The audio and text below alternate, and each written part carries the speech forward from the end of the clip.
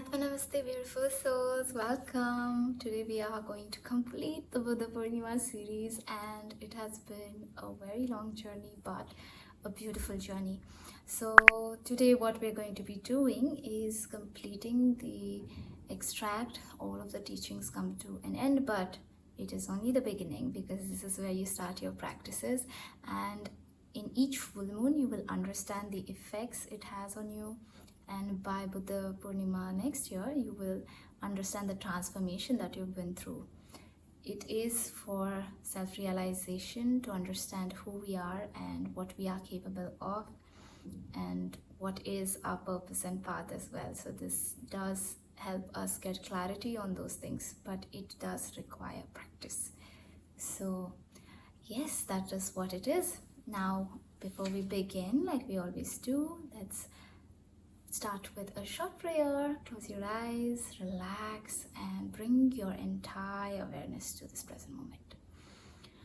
You can take on any position you'd like to pray in. You can listen to this prayer or do your own short prayer within. All right, setting an intention if you would like. And yes, please do listen. To the Divine Supreme God, Divine Father, Divine Mother, to all the spiritual elders, Holy Masters, Saints, Archangels, Holy Angels, Spiritual Helpers, personally to our teachers, Grand Master Choa, Lord Mahaguruji, Meeling, Pandit Sri Ram Sharma, Acharya Ji, Shiv Ji, Ma Mata Ji, Baba Ji, and all the great benevolent beings, our higher self, spirit guides, ancestors, spirit animals. We humbly invoke Thee for your divine light, divine love, mercy, for your soothing, healing, miraculous energies. With thanks and with full faith, we also call upon Thee for your divine wisdom, divine consciousness, awareness, and divine oneness. Take a deep breath in, exhale.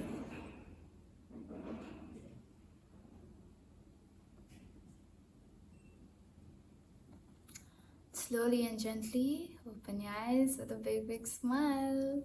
Okay, so here we are. Today we're going to be discussing the last 4 points from the Eightfold Path of Lord Buddha. And these 4 points are right livelihood, right effort, right memory or awareness.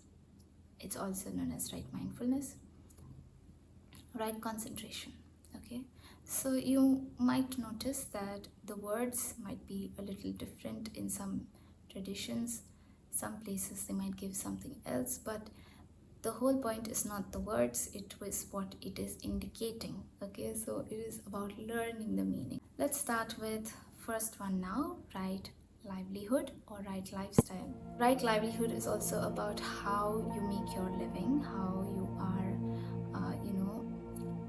producing any kind of self-expression in this world, and if that self-expression is harming anyone, or how you are performing it, with what type of awareness you're performing it with, all of that matters. All right, this only happens when we do, again going back to the first 4 points. Without them, your lifestyle won't be created in that manner, right?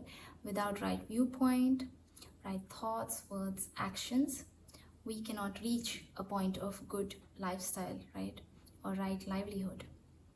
So it is that simple. When the soul, right, the one which is devoid of thoughts, emotions, and all of the other things that cover it, right, we kind of get blinded by our limited, thoughts and limited emotions, but we blind our unlimited self, which is the soul, with this. Okay, so this is when you are devoid of thoughts, you're devoid of this movement and emotions. Okay, so when this stops, or when this stills in you, you are able to see more clearly, and you're able to act more clearly, and from that action you will create a certain lifestyle which is aligned to what is that true essence in you. Okay, that soul in you, that higher power in you. Okay, now from a good lifestyle we create efforts. Okay, we do not have to focus on efforts alone, because that is not going to serve us. when we focus on how we are appearing at work, we need to also understand that what type of work, what type of environment we are in. All of that also affects us. So when the environment isn't good, how are we thinking? What is our viewpoint of the environment? Are we only looking at the negatives of the environment? Are we only speaking or thinking, or not realizing how we are acting as well with respect to the environment? That is how our lifestyle is going to be. And work does play a major role, so this is not negated in the Eightfold Path, right? Moving on to right effort, it also means that we are guided by intelligence, which is tempered with loving kindness. Okay, we do any effort, it's not just about I had a very good intention, but okay, this project doomed, or this was not, I didn't end up doing what I was supposed to do, but I had a good intention. That does not help. Okay, that is not right effort, and that is not following the Eightfold Path. All right, so that means that there will be some form of suffering that will come to you, or some form of pain in some other form, where you will realize that this is something that you could have corrected in yourself. All right, so we realize this beforehand with the teachings, and in right effort you understand that not only is loving kindness important, it's also the intelligence that comes with loving kindness. Okay, you do need to exercise your logical mind. It is important, it is there for a reason. All right, but at the same time, when you're using that, don't use it to the extent where you will hurt another. Okay, it's as simple as that. Next, in that right effort comes your work, your career, the way you are developing your mind, the way you are enhancing your these tools, that is your body and your mind, right? How are you enhancing this? How are you enhancing your emotional capabilities? How are you enhancing your health, right? Because the body is related to health. So, and how are you enhancing your relationships as well?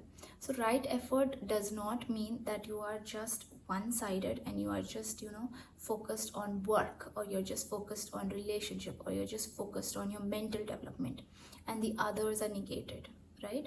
So right development is a balance of all of these as well.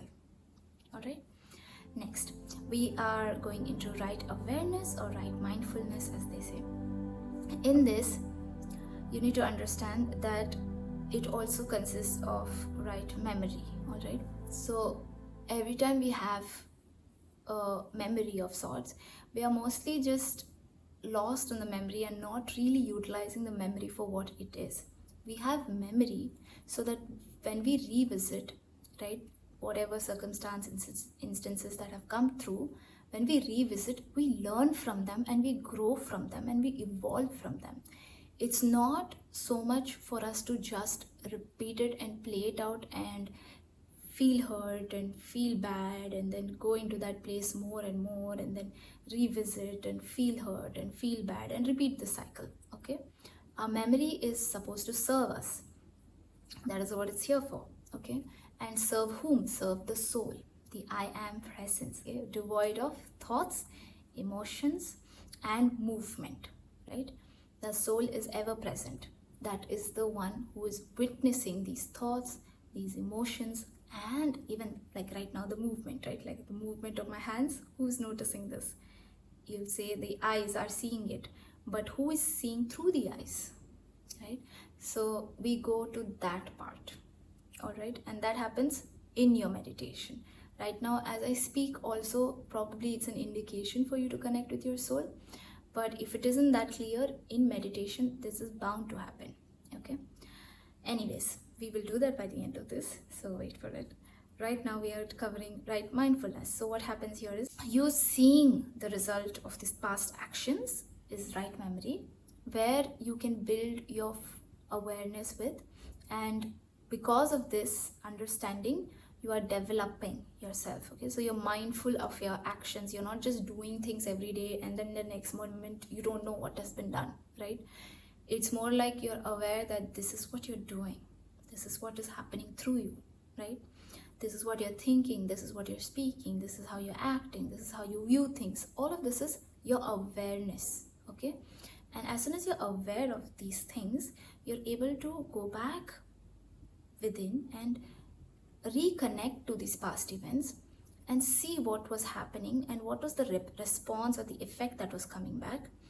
And so adjust yourself accordingly and navigate the future path when the same circumstance comes or something happens and you're much more aware now and you're like, I will respond differently here. I will do this instead because this has worked out for me. That hasn't worked out for me. Or this has worked out for me and I will try this, right? Because you're not sure which way is the way. So you're trying things, you're exploring things. But that comes because of the awareness, the mindfulness that you are carrying, okay? And you can only be mindful of something when you know that it is outside of you, right? It is an action that has been created by you, okay? So when you know this, you're able to manage it, okay? You're able to, in another words, say control it, but you can manage things better around you as well because of this, okay? So what happens is when things happen, like suddenly there's a difficult time that you're going through, and right awareness in this instance is to realize that this is a test. How can I come through this? Like, how can I overcome this? I know that this is not permanent. I know that it's difficult for now, but what ways can I come out of it? And most people react to what their senses gather. So through proper awareness, you wake up to your spiritual nature within. You are understanding that all of this is happening outside. All I need to do is be observant, keep a neutral lens, not be biased, not be carried off by my thoughts or whatever emotions I'm having, but stay present and witness it purely so I can come out of this, okay? Inner reflection and firm resolution, right? This is what you can do for it to become a part of your lifestyle. It's not enough that you hard-headedly try to practice this, like this is how I will be. It's not going to work until and unless it brings up in your, you add that somewhere in your lifestyle, in your everyday life and routine.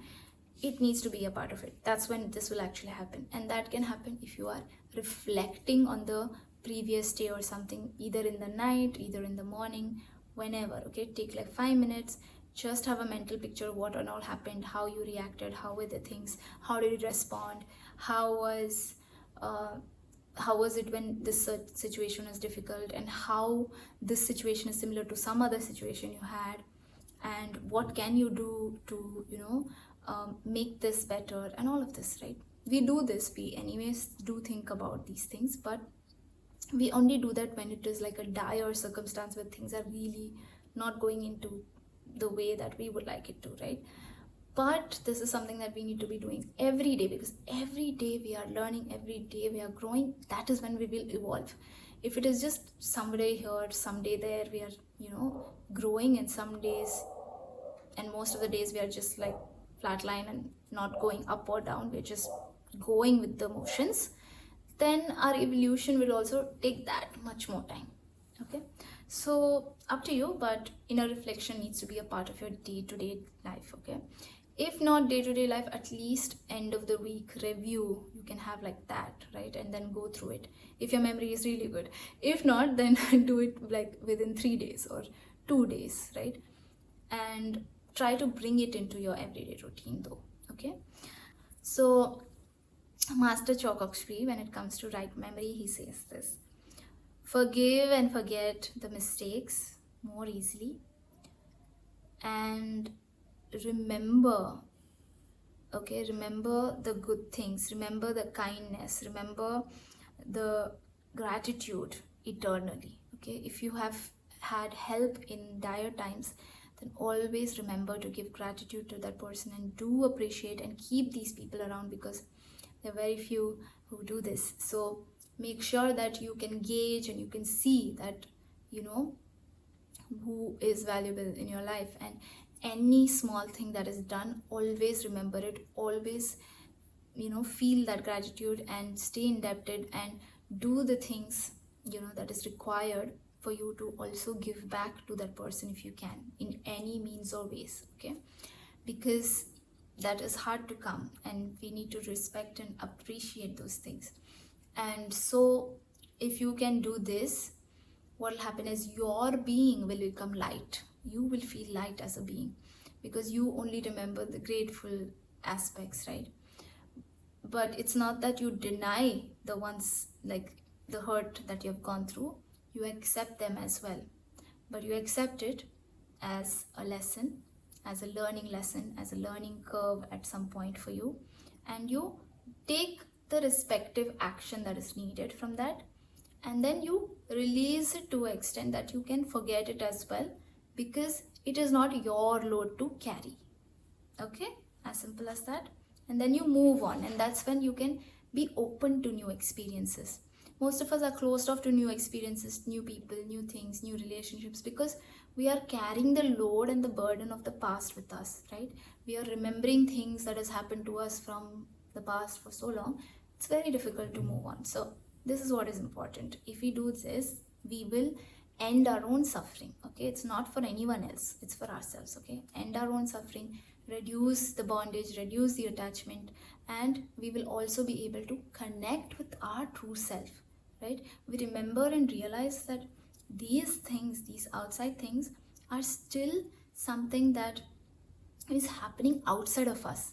It cannot seep through, it cannot affect who we really are, because who we really are is always untouched and whole, okay? And this untouched and whole space from where you are coming can, will be able to release it much more smoothly, okay? The more attached you are, the more difficult it is to release. So practice the initial parts first, right? Practice right viewpoint, and then will right thoughts come, then will right words, right actions, and right livelihood happen, right effort happen, and right memory or mindfulness or right awareness will happen, okay? Moving on, last point is right concentration. What is concentration? Having a sort of one-pointedness to do something, right? If we have been connected with who we are, okay, it's not so much as you need to add, this level of practice or this level of thing, and only then you will become who you are. Everyone's scale is different, everyone's practices will be different, look different, feel different, all of that, okay? But this is just a way you can navigate to that point, okay? So you will feel one with your soul even as we are speaking right now. Maybe it can happen to you in amidst, randomly, out of the blue, even while you're doing just right viewpoint. It can happen after right thoughts alone, or it can happen after right effort or right livelihood.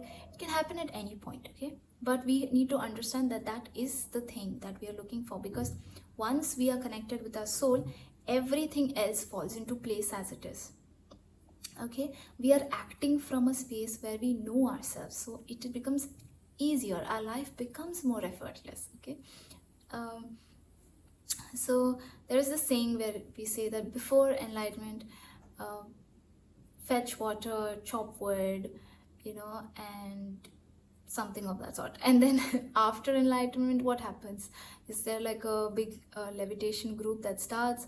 This person starts satsang and becomes famous, or what is it? Okay, I'm taking my example too, but yeah, it's none of that, okay? It's, you are still doing the same things even after enlightenment, which is fetch water, drink, obviously you'll be drinking a water, but other than that, you will also be chopping wood, and you will just going through the same motions. Chopping wood doesn't mean you go back in time in this connotation, it's just a reference, of course. Meaning whatever you were doing before, you would end up doing that, but the way you are doing it, the way you're perceiving these things that you're doing would be different. The way of connecting with the universe within and without, outside of you, would be different, okay? And it would be felt by each and every person who comes and sees you, meets you, right? Would you be developing skills of levitation or like telepathy or something?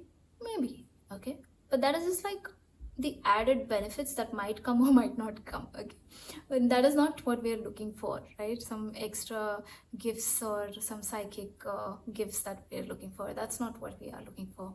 We are only purely seeing that, are we coming from this truth of who we are we coming from that space? That's it. Okay. Now, when we keep it as simple as that is when we experience the extraordinary. Okay. And the extraordinary is in everything ordinary, as we can see, because Lord Buddha hasn't discussed about after you do this practice, you are going to see fairies, or you're going to start feeling the energy of everyone, and then you're starting to go to a different dimension. He doesn't talk about all of these things, right? He's talking about everyday life. How will you be able to respond in that situation? How will you be able to master over yourself is all that is being spoken of. Okay, so keeping it that simple, the last part, right, concentration, goes a little beyond, which is you touching that point already. Okay, because your concentration is always there. Wherever attention goes, energy flows. You must have heard of this. This means that you are always concentrating, always aware that your point of focus is on the soul. Okay, so that is why we do meditation. Every time you meditate, you are bringing back your awareness from this thought, this event, this thing to do, right? You're bringing your awareness from all of that within. This is right concentration. Okay, you're bringing it back to you, and this will produce right oneness, which is being one with God or being one with all. Okay, so hence we do the soul affirmation, which we had done last time as well, which we will do today as well, for beginning a meditation. So I hope that you're ready. So let's begin. Okay, please center yourself in. Bring yourself to a comfortable position of your choice. Close your eyes. Withdraw your sense of perception through your eyes back to yourself inwardly. Inhale and exhale. Relaxing your body. Inhale and exhale. Letting go of all that you need to do after listening to this, all the places that you've not been probably honest with yourself or not worked on. Let's leave all of that aside. None of that matters, because this is just a glance, like a summary, a glossary. Okay, it's not something that we expect to be done in a day or in one moment. It's something we work on lifetimes together, and we work each day, each moment with. So for this moment, we allow that to be as it is, and we return back to the one who is devoid of these thoughts of what you need to do, of how far you need to go, devoid of these emotions of where you are, whatever was happening before this, devoid of any kind of movement or action of the body. Hence, we relax our body when we are meditating, because the soul only uses the body, does not the body.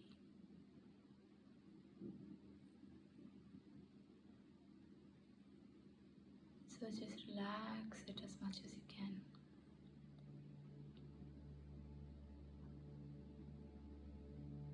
Breathe deeply. Put your hands by your heart in Namaste position now. And let's invoke for divine blessings.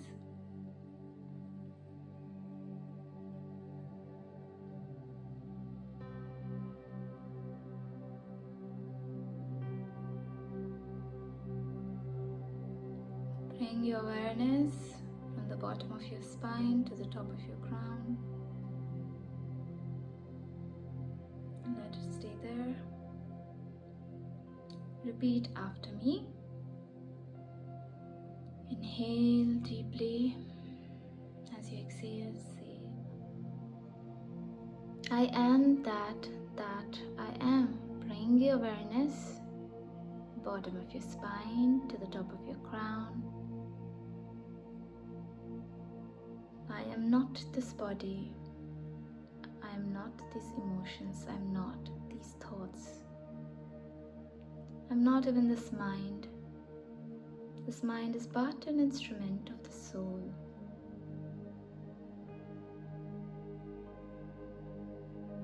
Who is the one who's watching the ever-changing thoughts, emotions, and the movement of the body? That is the soul. Determining what needs to be done, that is the soul.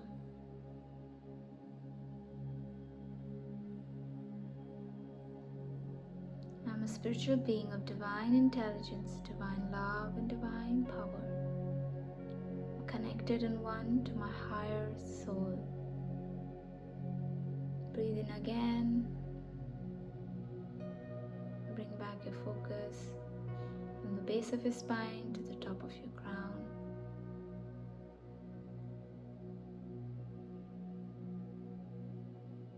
I'm connected and one to the divine spark within me. I am a child of God. I am one with God. And I'm one with all. This is the truth, regardless of the brain's capacity to register this truth.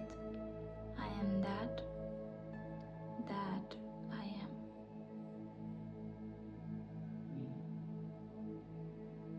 Relax your awareness now. Relax your palms. We have done right concentration, bringing back your awareness, your focus, your attention to this soul ever present.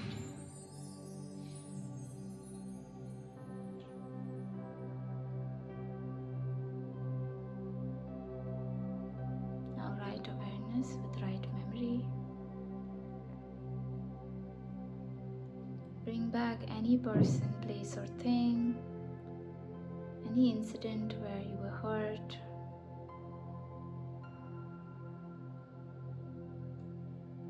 and from the right viewpoint, watch it, witness it with neutral lens as a third person, as an outsider, not as whoever, whatever your name is. At this moment, that role is of the body, mind, conscious being, but you are one with your essence for this moment. So just witness it like that.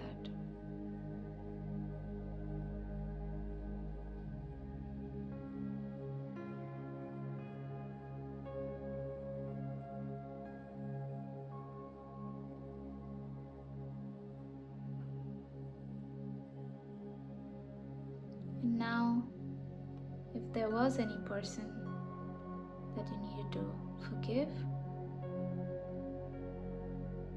take a deep breath in as you exhale.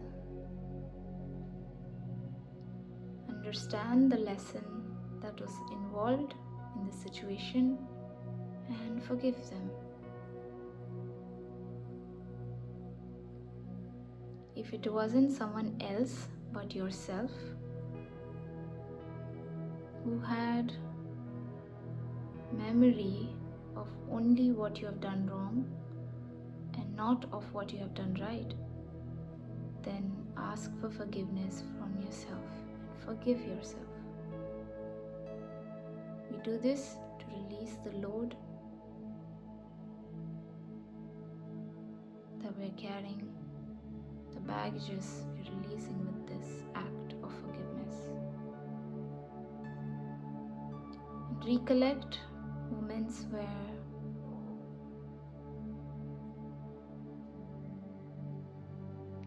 you've seen something good. Be grateful for those who have helped you along the journey and recollect them as well. Whoever they are, send them lots and lots of grateful gratitude energy for where and when they were needed, they were there for you.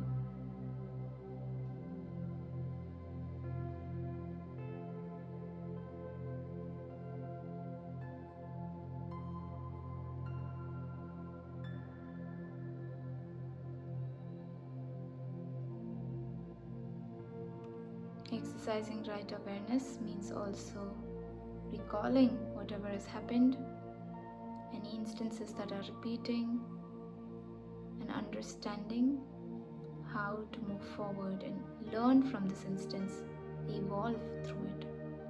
This is right mindfulness or awareness.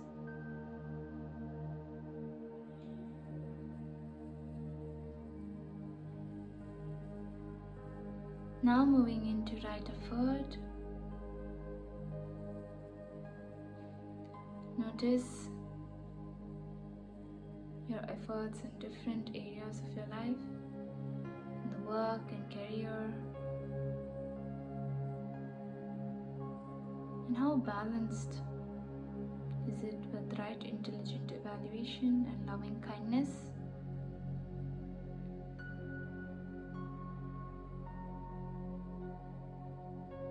Are you balanced in your expression? Is there anything that is more or less, and what can you do about it?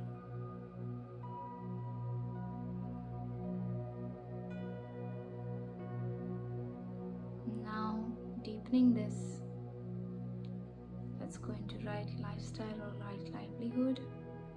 What is the way or form that you make a living? Is that something that aligns with your values, with your morals? Is that something that injures anyone in any way? Disturbs peace of anyone or anything or any person?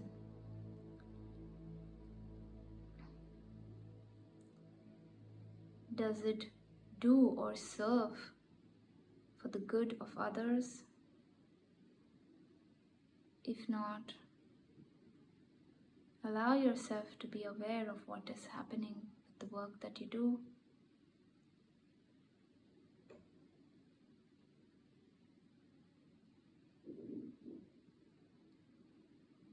And bring in your own intelligence to direct you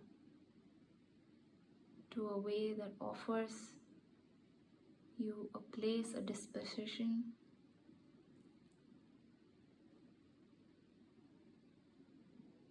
where you do not compromise any of your values for the work that you do, the way that you lead your life with. Bring back your entire power source to this soul I am presence, the one witnessing all of these things, and see what is possible for you as the soul. Direct your thoughts, direct your emotions to work for you,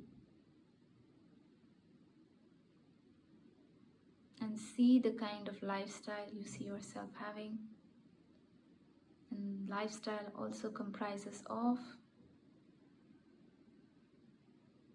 the way you view situations, the way you perceive situations, the way you are thinking, the way you are feeling, acting. All of this adds to become your lifestyle. Check the way you are earning or making a living, the way you are responding to your environment. Does it align with who you are, with your truth, your true inner essence?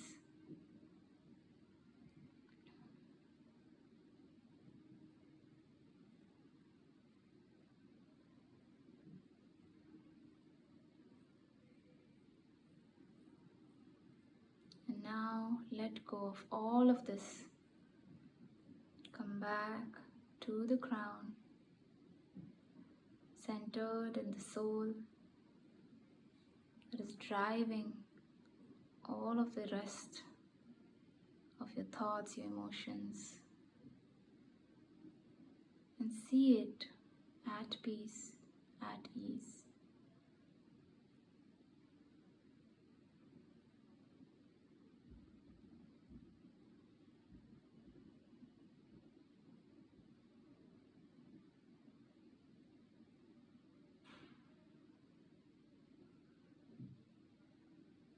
Stay in the silence,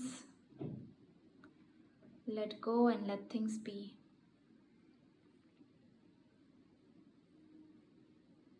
If you feel called to, you can chant with me or listen to this chant, Om Mani Padme Hum. This prayer of mercy and compassion as well. As we do this, our heart chakra gets activated and we are able to connect with that divine loving energy within us and allow it to pour through us into everything that we think, feel and do. Take a deep breath in. As you exhale, chant Om Mani Padme Hum.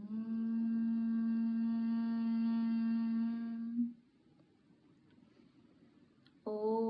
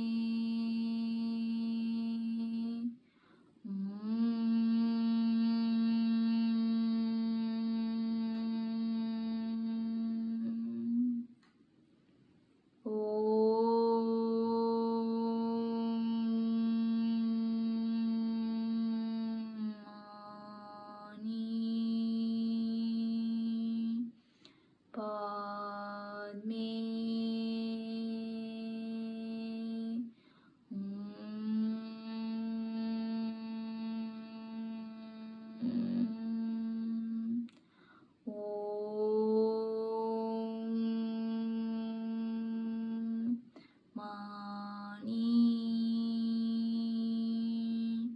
Padme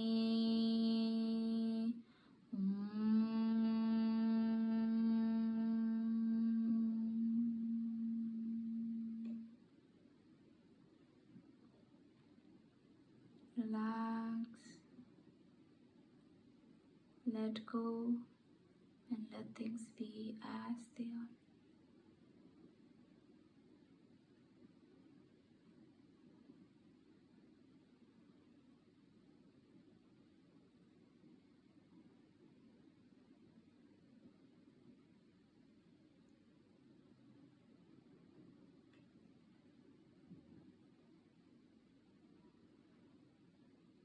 Slowly and gently come back to your body now. Come back to your body. Put your hands by your heart. Any position you'd like to give thanks To the Divine Supreme God, Divine Father, Divine Mother, to all the spiritual elders, Holy Masters, Saints, Archangels, Holy Angels, spiritual helpers, personally to our teachers, Grand Master Choa, Lord Mahaguruji, Mailing Pandit Sri Ram Sharma, Acharya-ji, Shivji, Mataji, Babaji, and all the great, great benevolent beings, Lord Buddha, Bodhisattvas, for your divine assistance, for your divine love, mercy, for your soothing, healing, miraculous energies. Thank you for this meditation. Thank you for divine oneness. Thank you for all the teachings. And thank you for your divine consciousness to be spread on earth and beyond. With thanks and in full faith. Put your hands out in blessing position, extended by Master Choa, twin heart meditation. Just blessing Mother Earth with all this divine light that you have received. Just share it. As you share, your blessings multiply. Share it with all those beings that are in need of healing their suffering, being liberated, going through difficult turmoil times. Those countries that need support, share and spread this energy.